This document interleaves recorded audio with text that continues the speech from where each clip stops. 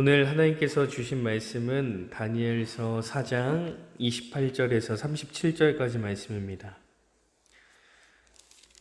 다니엘 4장 28절에서 37절까지 말씀입니다.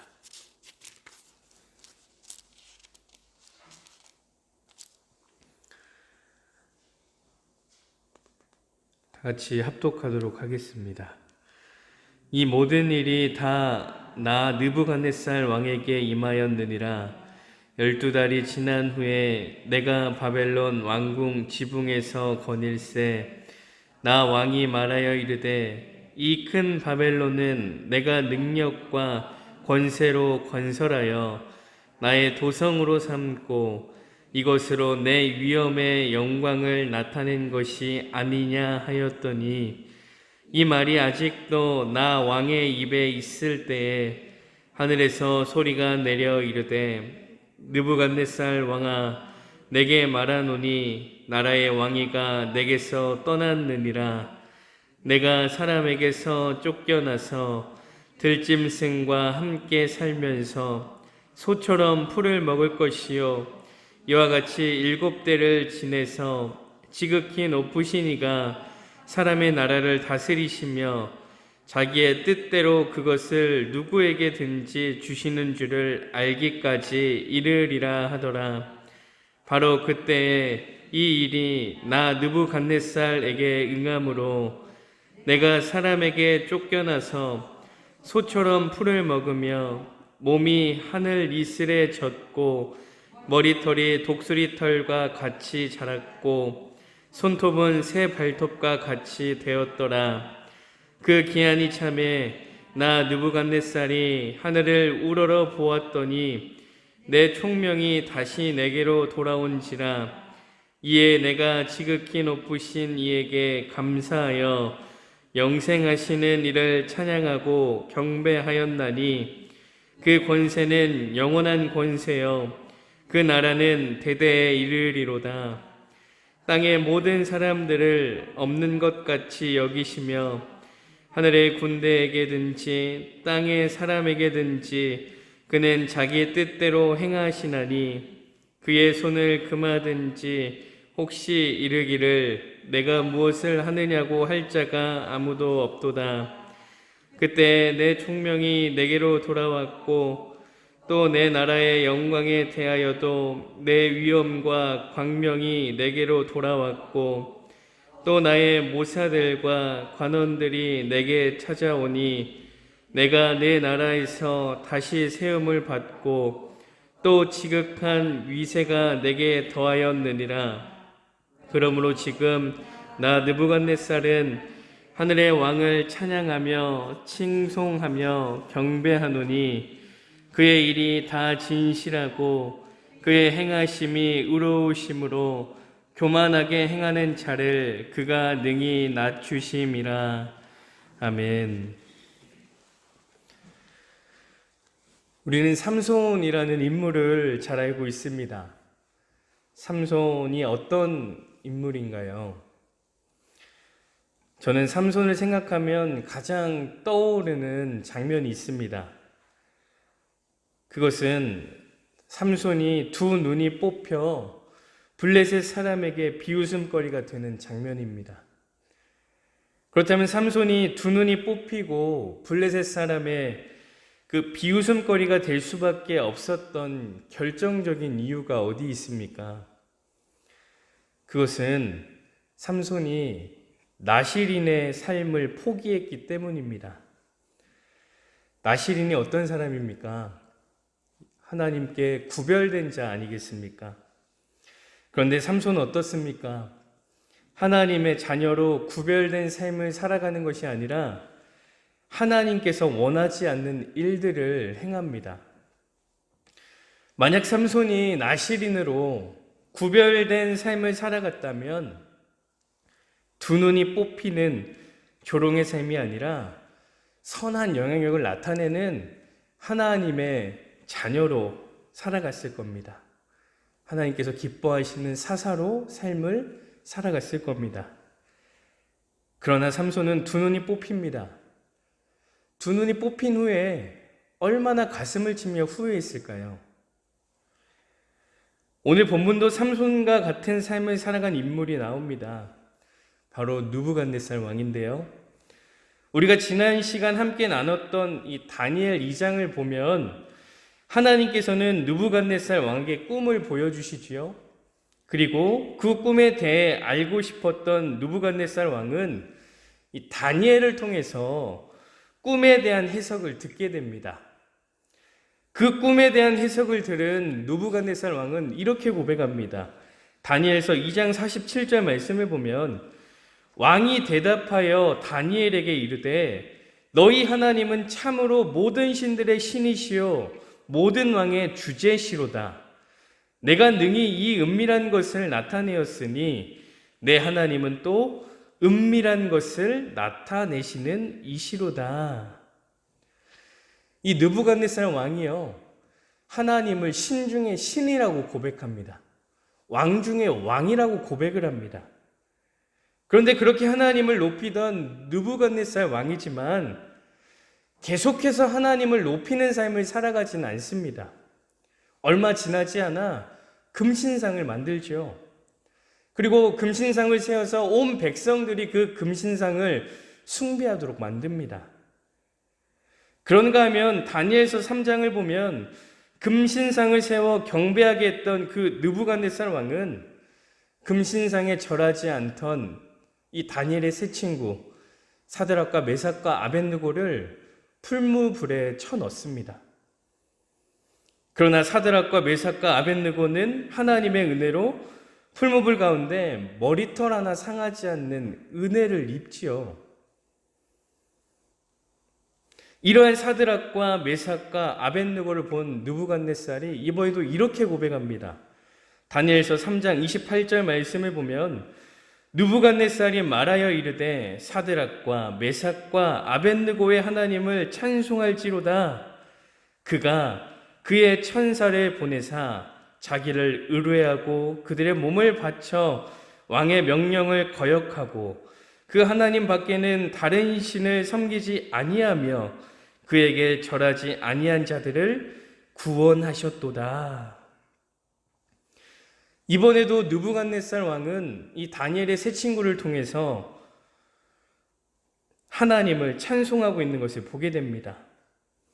이렇게 하나님의 놀라운 은혜 역사를 경험했던 느부갓네살이지만 그는 온전히 하나님을 찬송하지 않습니다. 높이지도 않습니다. 자신의 능력과 권세를 더 자랑하지요. 오늘 본문 30절에 보면 그가 얼마나 어리석은지를 보게 됩니다.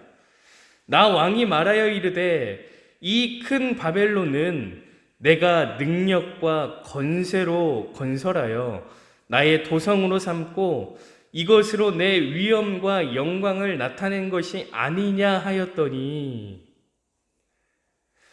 신 중의 신이자 왕 중의 왕이요 또한 풀무불에서 머리털 하나 상하지 않게 하시는 하나님을 경험했습니다. 그런 그가 하나님을 자랑하고 하나님을 높이는 삶을 살아가는 것이 아니라 자신을 자랑하고 자신을 높이는 삶을 살아갔다는 겁니다. 그런 그에게 찾아온 것이 무엇입니까? 징계입니다. 하나님은 느부갓네살 왕을 징계하기로 작정하셨습니다. 그래서 어떻게 됩니까? 33절 말씀을 보면 바로 그때 이 일이 나 느부갓네살에게 응함으로 내가 사람에게 쫓겨나서 소처럼 풀을 먹으며 몸이 하늘 이슬에 젖고 머리털이 독수리털과 같이 자랐고 손톱은 새발톱과 같이 되었더라. 모든 부귀영화를 누리고 모든 능력과 권세를 가졌던 왕이 느부갓네살 왕이었습니다. 그런데 한순간에 어떻게 됩니까? 소처럼 풀을 뜯어먹어야 됐습니다. 매일 비를 맞으며 살아야 했고요. 독수리처럼 머리털이 자라야 됐고 새처럼 발톱이나 손톱이 길어져는 그러한 인생을 살아갈 수밖에 없었습니다. 그것도 7년 동안 말이죠. 말이 7년이죠. 7년이라는 시간 동안 소처럼 풀만 먹는다고 생각해 보십시오. 갈 곳이 없어 매일 비 맞는 인생이라고 생각해 보십시오. 머리털 한번 제대로 깎을 수 없고 손톱과 발톱 한번 제대로 자를 수 없는 7년 동안의 인생. 정말 비참하지 않습니까? 그런데 그런 그가 7년이 지난 후에 깨닫습니다. 34절 말씀에 그 기한이 참에 나 느부갓네살이 하늘을 우러러 보았더니 내 총명이 다시 내게로 돌아온지라. 이에 내가 지극히 높으신 이에게 감사하며 영생하신 이를 찬양하고 경배하였나니 그 권세는 영원한 권세요 그 나라는 대대에 이르리로다. 그리고 37절 후반절에 이렇게 고백합니다. 그의 행하심이 의로우심으로 교만하게 행하는 자를 그가 능히 낮추심이라. 느부갓네살 왕이 깨달은 것이 무엇입니까? 지극히 높은 분은 하나님밖에 없다는 겁니다. 지극히 높으신 하나님을 높여야 된다는 겁니다. 그러나 지극히 높으신 하나님을 높이지 않는 삶을 살아간다면 하나님께서 낮추셔서 하나님이 하나님 되심을 알게 하신다는 겁니다. 성도님들, 이 느부갓네살 왕이 7년간의 징계를 경험하면서 어떤 마음이 들었을까요? 정말 후회했을 겁니다. 다니엘을 통해서, 다니엘의 세 친구를 통해서 하나님을 그렇게 경험했는데 그때 하나님을 알고 하나님을 섬기고 높였다면, 그때 그 하나님 앞에서 내 삶을 드렸다면 7년의 징계가 아니라 늘 하나님의 은혜를 경험했을 텐데 엄청난 후회를 했을 겁니다. 삼손도 마찬가지죠. 하나님이 기뻐하시는 나실인으로 살아냈다면 두 눈이 뽑히는 후회하는 일을 경험하지 않았을 겁니다. 그러나 후회가 될 때는 이미 늦습니다. 성도님들, 우리 성도님들이 인생을 살아오면서 가장 후회가 되었던 때를 한번 생각해 보십시오. 그런데 그 후회되던 일들을 다시금 되돌릴 수 있습니까? 후회할 때가 되면요, 이미 때는 늦습니다. 느부갓네살 왕은 자신의 삶을 통해서 알려주고 있는 겁니다. 후회하기 전에 하나님을 잘 섬기라고. 후회하기 전에 하나님을 온전히 높이는 삶을 살아가라고 말이죠. 우리 성도님들 역시도 하나님 앞에 후회되는 모습은 없습니까? 하나님 앞에 바로 서지 못해서, 하나님 앞에 온전히 내 마음을 드리지 못해서 후회되는 모습은 없습니까? 지금은 괜찮습니까? 후회되는 일이 일어나기 전에 하나님을 온전히 섬기는 그리스도인이 되길 소망합니다. 하나님을 온전히 섬기지 못해 후회만 남는 그러한 삶이 아니라 늘 하나님을 섬기고 하나님의 이름을 높이는 삶을 살아감으로 후회되지 않는 삶을 살아가는 것뿐만이 아니라 하나님께서 낮추시는 삶이 아닌 하나님께서 높여주시고 하나님의 은혜를 날마다 경험하는 복된 삶이 되시기를 간절히 소망합니다. 오늘 하루도 후회 없는 삶, 하나님이 높여주시는 복된 삶을 살아가는 사랑하는 행복한 교회 성도님들 되시기를 간절히 소망합니다. 우리 함께 기도하시겠습니다. 주님, 느부갓네살의 모습을 보면서 후회 없는 삶을 살아가길 소망합니다. 하나님을 더욱 사랑하게 하시고 하나님을 더욱 높이게 하시고 하나님을 더욱 경배하는 우리들 되게 도와주시옵소서. 그래서 우리가 생을 마감하는 날에 우리의 삶의 뒤를 돌아보며 하나님 앞에 후회 없는 삶을 살았음을 기뻐하는 것뿐만이 아니라 하나님께서 기뻐하시는 귀한 삶이 되게 도와주시옵소서. 주님, 우리의 상황이, 환경이 나아질 기미가 보이지 않습니다. 너무나도 힘든 이 시기에 그리스도인들이 본이 되게 하셔서 세상에 힘이 되는 그리스도인, 세상의 위로가 되고 세상의 사랑을 전하는 그리스도인이 되게 도와주시옵소서. 그래서 낙심과 좌절이 파니치는 이 세상에 예수님의 평안과 감사와 기쁨의 은혜가 우리를 통해 나타나게 도와주시옵소서. 간절히 바라기는 이 땅을 긍휼히 여겨주시고 고쳐주시고 회복시켜 주시옵소서. 그래서 이 땅 가운데 주의 살아계심과 주의 신실함이 드러나 열방이 주를 찬송하고 열방이 주를 경배하는 일이 일어나게 도와주시옵소서.